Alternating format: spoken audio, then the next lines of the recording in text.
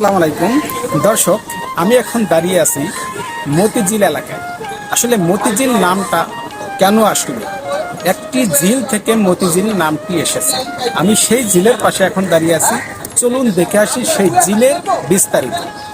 বন্ধুরা, আজকে তোমাদেরকে জানাবো মতিঝিলের ঝিল কোথায়। আমি এখন দাঁড়িয়ে আছি বাংলাদেশ ব্যাংকের একদম পিছন সাইডে ঝিলের কোনায়। এই মতিঝিলে অনেক বড় একটি ঝিল ছিল দীর্ঘদিন থেকে। সেই ঝিলটি বিভিন্ন লোকে ভরাট করতে করতে, দখল করতে করতে এমন একটা পর্যায়ে চলে আসছে, এখনো ঝিলটি ঢাকার বুকে দাঁড়িয়ে আছে। এই ঝিলে রয়েছে 11টি নৌকা। এই নৌকা দিয়ে সকাল 7টা থেকে রাত 11টা পর্যন্ত লোকজন পারাপার হচ্ছে।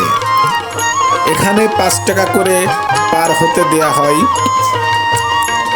এই এলাকাবাসীদের সঙ্গে আমরা কথা বলে যেটা জানতে পারছি, এলাকাবাসীর দাবি ঢাকার শহরের ভিতরে ঝিলকে একদম শেষ করে দেওয়া হয়েছে। এই ঝিলটি আরও সংস্কার করার দরকার।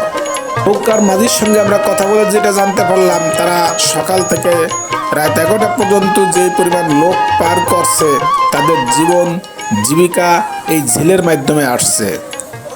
তাদেরও দাবি এই ঝিলে ময়লা আবর্জনা দিয়ে ঝিল আস্তে আস্তে দখলে চলে যাচ্ছে। ঝিলটি আরও সংস্কার করা দরকার।